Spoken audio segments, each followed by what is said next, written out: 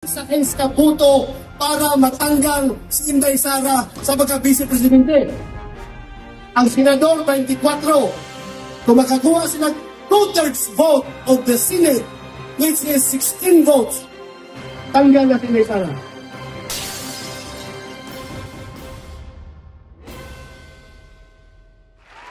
Magandang araw sa inyo mga kabayan, mga tropa. Isa na namang mainit at interesanting topic ang bibigyan natin ng reaksyon. Kaya kung mahilig po kayo sa mga politics, content, at tamang-tama po at para sa inyo ang channel na to.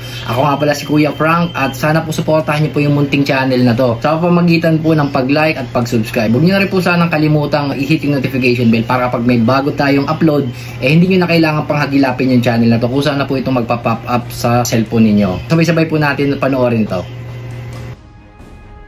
Nganong kamo nasakitan sa mga panghitabo?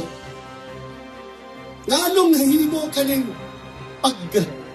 pagdaog-daog nila sa atong Pangulong Duterte na nahimong personal na kayo sa tuwa? Ngano? Tungod kitang tanan ng mga Pilipino nagmahal sa atong Pangulong Duterte, sa atong Tatay Digong, di ba? Musa, kung makita natin kung pumulsa nila, paglapastangan, yusa nila, pagbalik ang mga balaod, pagbalik ang mga proseso, kung saan nila pagyatak-yatak sa atong konstitusyon para lang matuman ang ilang gusto na mga dito sa politika sa Pilipinas. Karon, pagkahuman nila dala ng Tatay Digong dito sa dahig. Kaya mo kung sisunod lang buhaton. Inasahan na pong tanggalon, ilang tantangon sa pwesto pagka-Vice Presidente si Inday Sara. Di ba? Karon, pagbalik na mo karon sa Senado, kung magadaog pagdating ko, magadaog ka ako! Yun lang yan. Mga panya, mabagunin mo. Mga panya mo ko. May ginatawag pera. Ako, si Senator Bongo, kung kaitanan ng mga kandidato sa Pilipilaban, galing kamon sila na hindi makalusot kaya para ayaw nila pagtanggal ng Inday Sara sa mga Vice Presidente. Gusto ka ako. Busa ako ninahanyo ko ninyo. Gini, pinasintasin mo ninahanyo. Isip mga silingan ka mo. Kaya ako taga-Nabausor naman ko. Yan naman ko Diego, Santa Cruz. Ayaw na ko ninyo mga silingan. Unta, pagkahigong tata. Suportahan nato ang line-up sa Pilipilaban.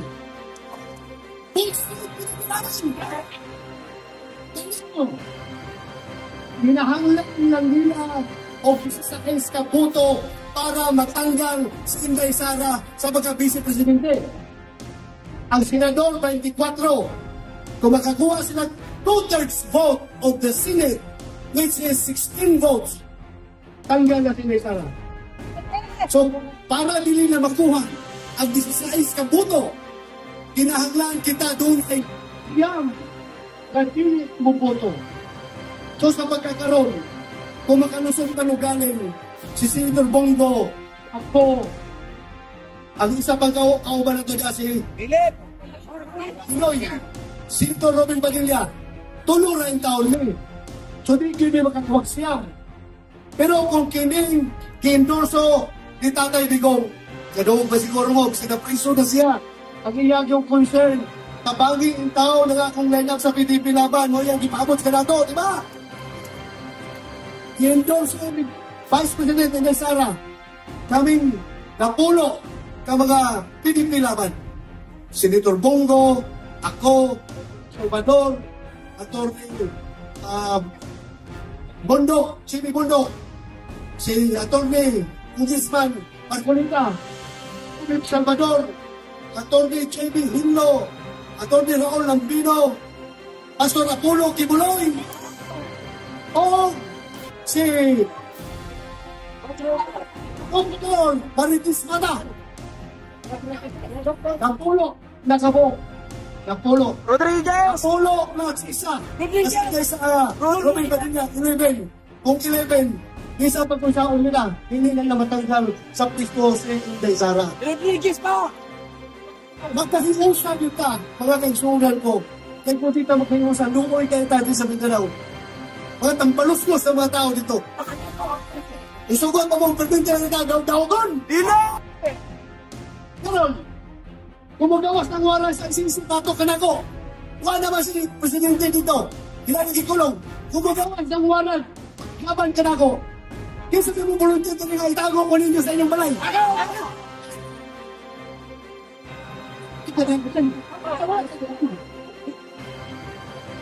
Ano sa pagbantay mo, kung namin waran, magpalimban sa inyong balay, tugod pinapawa ng tago. Ang nagawin sa balay. Ganito mo sa akin, wala mo ginagawang ganito na isang jurisdiction. Wala mong subject sa gusaw na ito, hindi naman tabim-bro. Nanong nahimo nila ito kay Pangulong Duterte? Nano?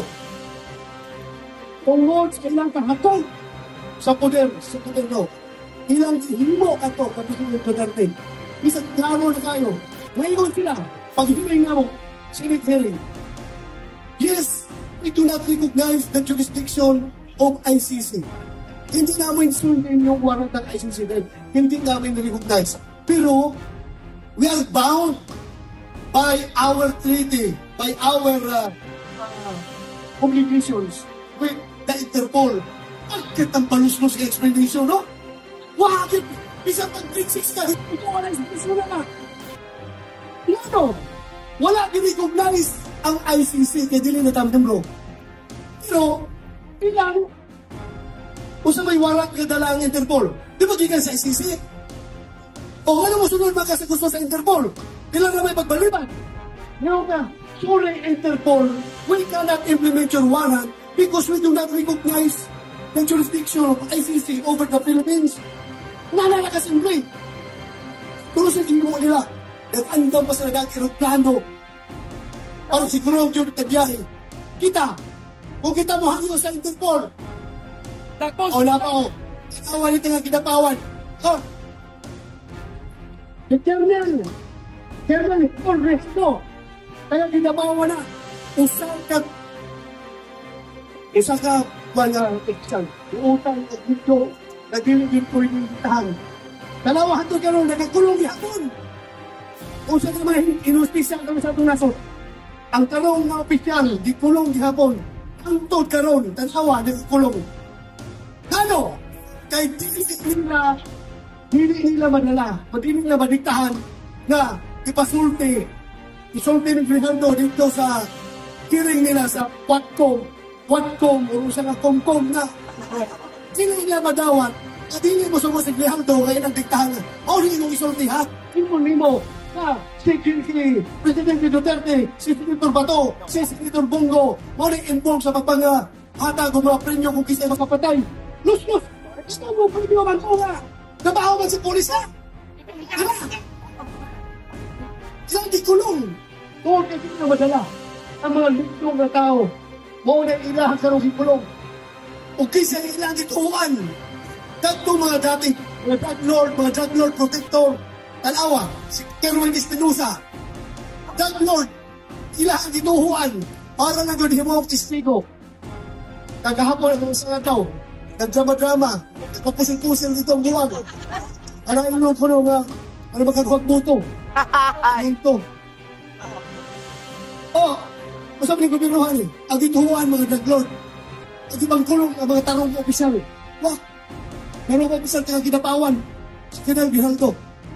Susubra na nakapakita mo karon. Hindi na nato madawat. Ako, isip inyong representante sa Senado. Representante rin sa Mindanao. Bugay ni Bagong.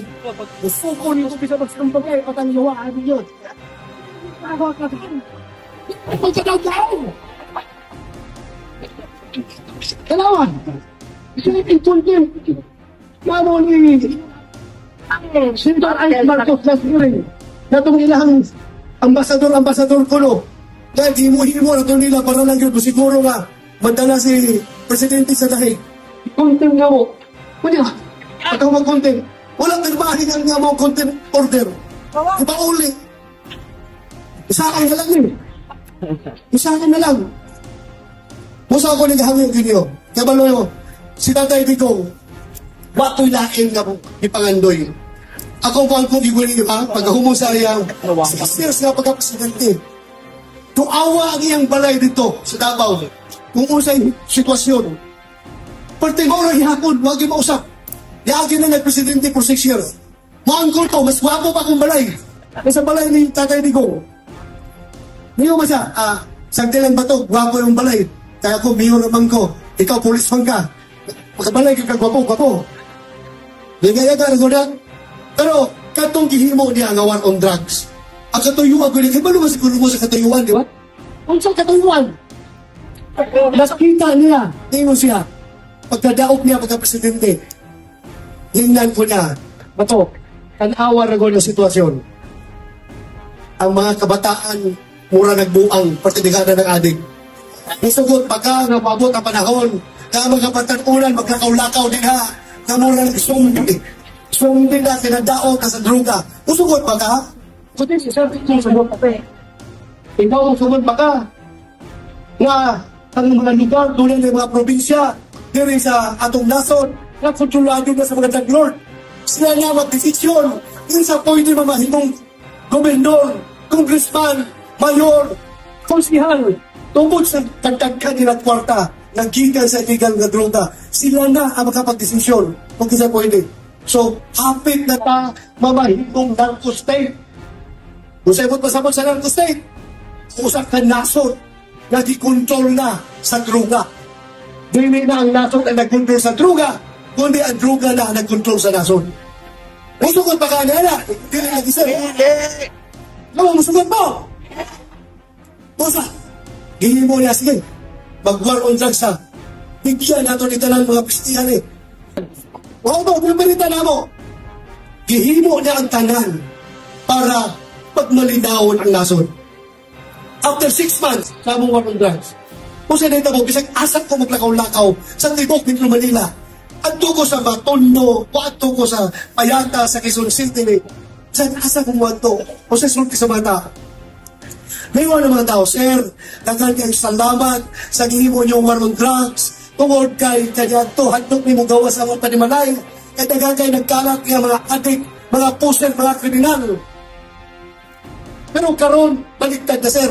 Kami na naglakaw-lakaw sa kalsada, ang mga adik, mga kriminal, nagsipagtago na, nagsipaglayasa na, Sir. Tungkol kayo na handlok sa inyo. Kalaspak ko sila! Nagkawala ni Pangulong Duterte. O saan, hita mo? Tuwa na! Ang kalat ang druga! Naman ang sambit! Dahil ang mga bata, nagibang rape, 3 years old, girape, gipatay, ginabay sa sigbutan, sa Cebu na ni amahan, gipatay asawa, gipanggilita ng lingok, sa mga anak na tulong kabok, patay tanan. Dahil na, nagkalat ang krimen. Karon, ang problema karon ka ng kidnapping. Sobra na gamit kidnapping, wala ko kibalo. Ang kidnapping karon, daghan na kayo mga dagko ng mga magnet dito sa Manila. Nagipang kidnap o gipatay pa. Kaya na ano, kana indicator na di na mahadok ang mga kriminal sa atong gobyerno. Sunsao na lang eh. Ako nagahang yung karinyo. Iyo kami suportahan tungkol kay. Wala na mo gihimo ni Pangulong Duterte ito para kami mudato, para kami magkakwarta. Gihimo na mo itong war on drugs para masalba ang kinabukasan sa itong mga kabatanunan. Gihimo na mo ito para dili mamahimong narco-state ang Pilipinas. Kapan karon unsay ilang gibalos ng President Duterte, ilang gibiyahe, ilang gipalhog dito sa dahig. Inaana ba ito mga Pilipino? At atong kapwa Pilipino, kung sa Tagalog pa, ipagkanulo natin sa mga dayuhan. Diba? Sulti sa itong konstitusyon, primary duty of the government is to serve and protect the people. Dipisahan niyo mga katawan. Dili niyo mo ihatag sa mga banyaga. Kung doon na sa isala, mag-file mo kaso diri sa itong mga korte. Kaya tumango na ni Pangulong Duterte. Kung nasa mga bayan ng kaso, tungkol kay wax na ebidensya. Puro lang propaganda ang himo ng mga ang paluslos na. Isang usang nagyaw-yaw. Dili madawat ay nagkaso sa korte. Tungkol kay kulang sa ebidensya. ang uban na ilang ipang claim, ipang patay ko no, naghilak-hilak na. Buhin pa ko, nga nga mo ko picture niya, kaya mo ko patay. Ay ano, dito na picture para maghula dito sa taga-ICC. Ang mga taga-ICC mo, mga uplok na nagbo, ito uban. So, hingala, ako, magtanggap pa ninyo, isa pa ka-request. Unta, ako hanggang kong tanan. Sige, tantanan, atong usaman sa kuha niyo ng pakitsi. Yapo! Mga liuto! Mga chita! Mga chita! Bulaan mo na! Bulaan mga liuto ta, mag-ampo ta sa nabaong kakikahon. Naunta, si President Duterte makauli na. Mag-ampo ta! Naunta, tagaan sa nabaong kakikahon. Si President Duterte o ikong pagawas. Unta ang iyang panglawas, piskay pirmi para malusutan niya ng mga pagsubok, mga trials, na mga pagsuray na gatuban niya karon. Daghang kayong salamat!